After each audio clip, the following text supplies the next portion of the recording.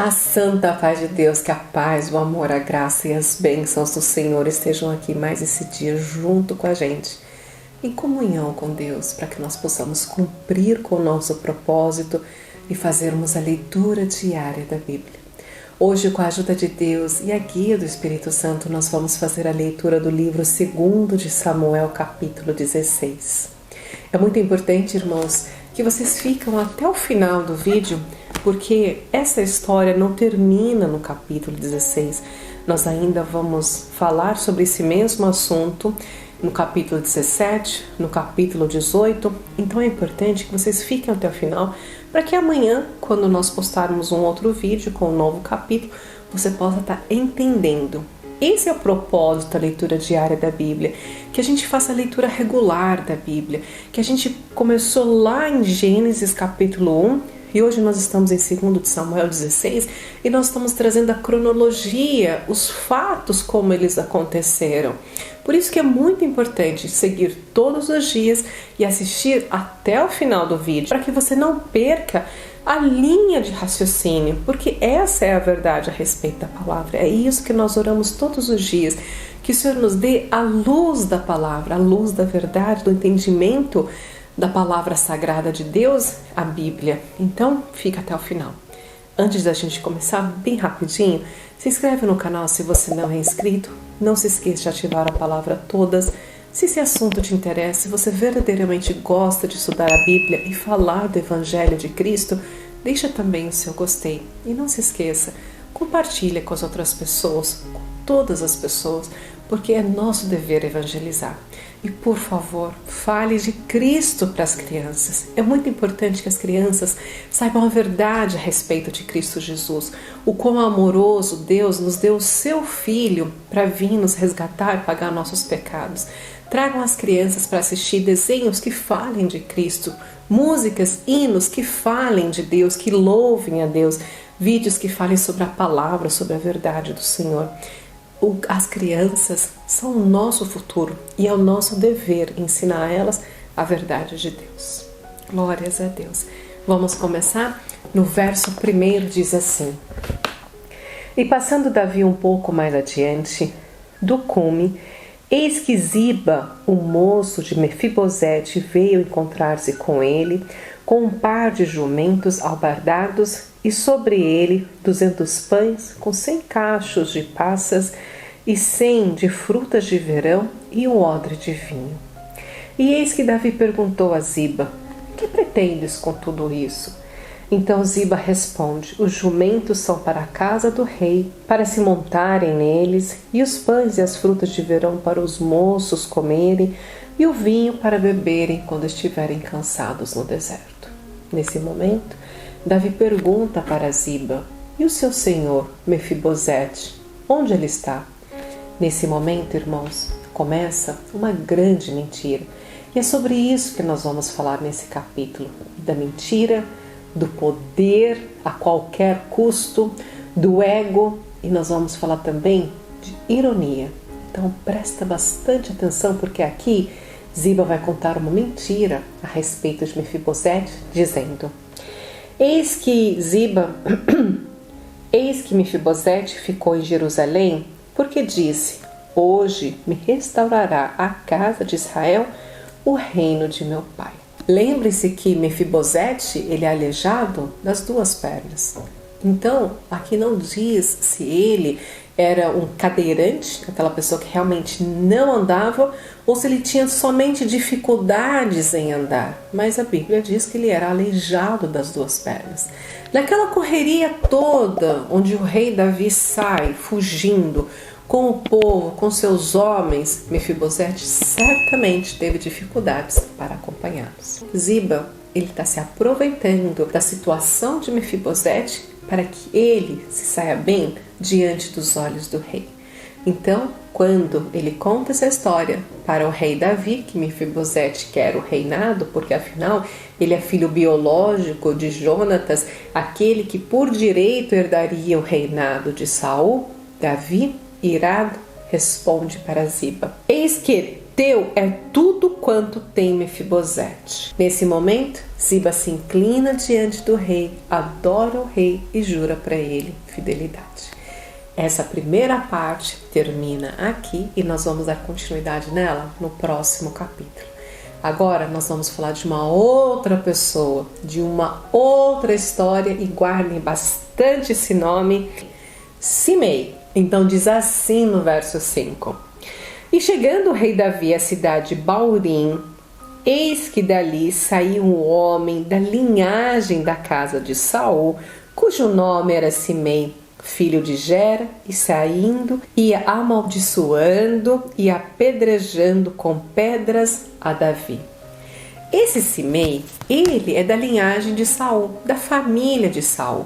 E aqui ele vai amaldiçoando, quando Davi está saindo com todos os homens dele, com a família e tudo, esse Simei vai andando do lado, jogando pedras no rei, amaldiçoando o rei e falando injúrias a respeito dele. No verso 13 diz assim: E prosseguia, pois, o seu caminho Davi, seus homens e também Simei ao longo do monte, de fronte dele, caminhando e amaldiçoando, e atirava pedras contra ele e levantava poeira.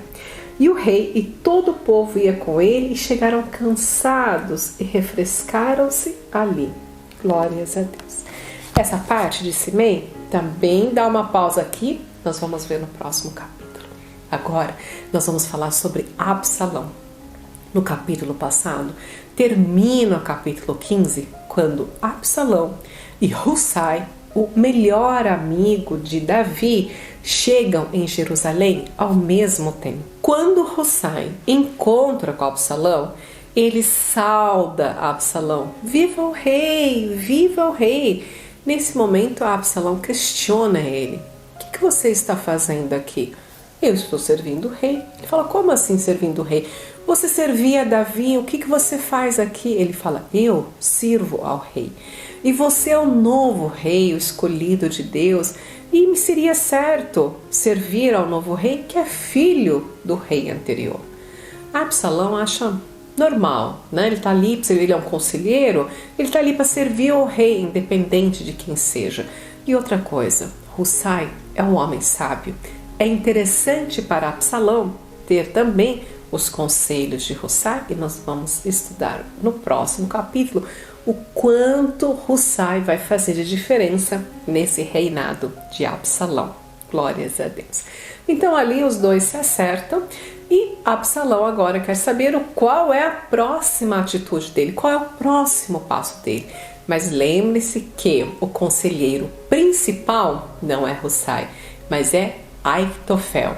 Lembre-se que Aitofel, ele tem um problema pessoal com Davi. Apesar de ser um homem muito sábio, apesar de ser um homem muito respeitado, ele não é um homem muito bom. Ele é um homem cheio de tentações da carne, um homem muito maldoso, que gosta do poder e deixa o seu ego falar mais alto.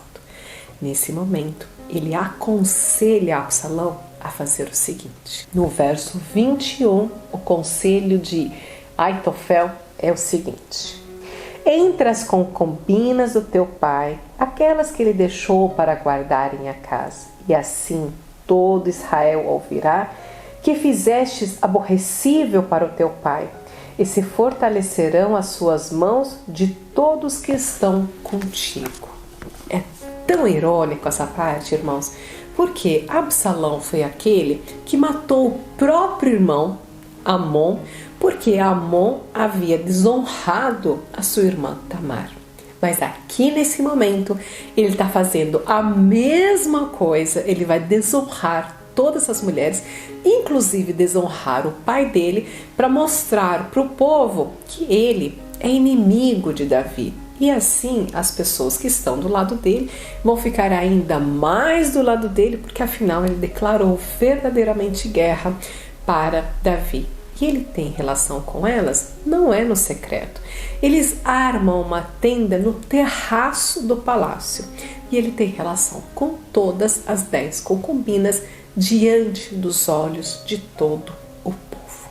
No último verso, no verso 23, para terminar esse capítulo, diz assim: E era o conselho de Aitofel que aconselhava naqueles dias como se a palavra de Deus se consultara.